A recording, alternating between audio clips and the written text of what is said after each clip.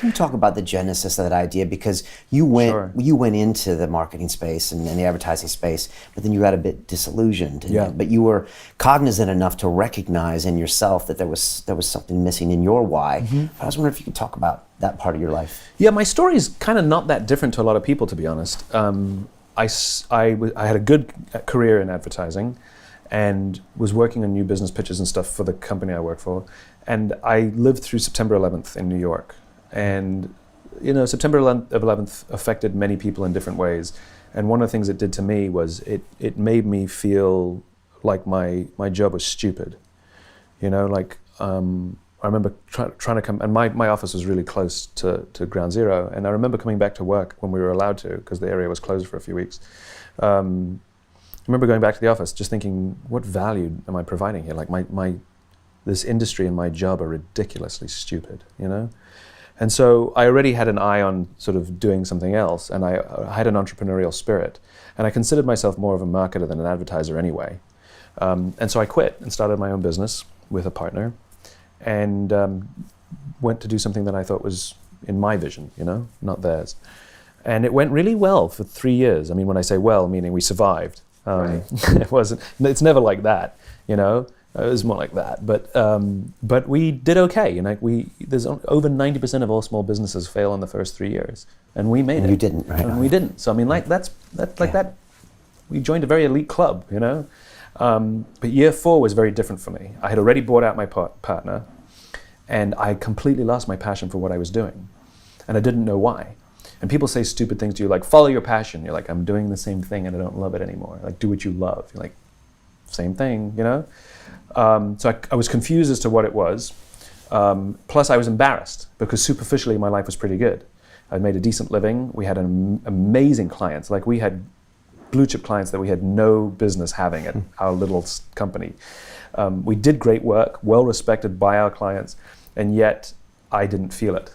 And so I was very embarrassed by the fact that it's like, you know, I'm unhappy, you know, it's like everything looks just fine, you know? So I didn't talk about it. And I would say that all of my energy, instead of going into building my business, all of my energy went into pretending that I was happier, more successful, and more in control than I actually felt, which is a pretty dark space. Yeah, but you're the leader of that organization, so you have to put that. And so you face. put on this air that you got everything under control, and your family asks you how you are, and everything's under control. And you know, I would go to business conferences to learn how to like build my business, and that actually made me feel worse because I'd have all these people standing on the stage telling us how we should build our businesses, and all I could hear was everything I was doing wrong, as opposed to what I should be doing. And so it actually made me feel even more depressed. And it wasn't until a good friend came to me, concerned about me. She saw that there was something different, and she was worried for me. And I remember the conversation. She was very nervous, sort of coming to me, but like, you know, trying to approach, basically challenging you, like, your life is not as you claim it is. And it really allowed me to admit that I was unhappy. And that gave me the courage to find a solution. The fact that I had a friend in my corner who was there that I could cry to and say, I don't know if I can do this, gave me courage to find a solution. And I was very lucky. There was a confluence of events that happened around the same time. Long story short, I was able to discover that this natural occurring pattern, based on the biology of human decision making, that every single organization on the planet exists on the same 3 levels: what we do, how we do it, and why we do it. Everybody knows what they do. I knew what I did. Some people know how they do it. I could tell you what made me different or special or stand out from my competitors, but I couldn't tell you why. And so I realized, until I was able to articulate that piece, that my life was out of balance. Everything was out of balance.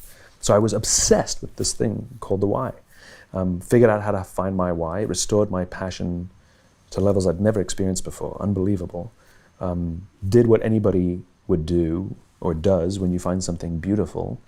You share it with the people you love. And that's what I did. So I shared it with my friends. And my friends started making crazy life changes.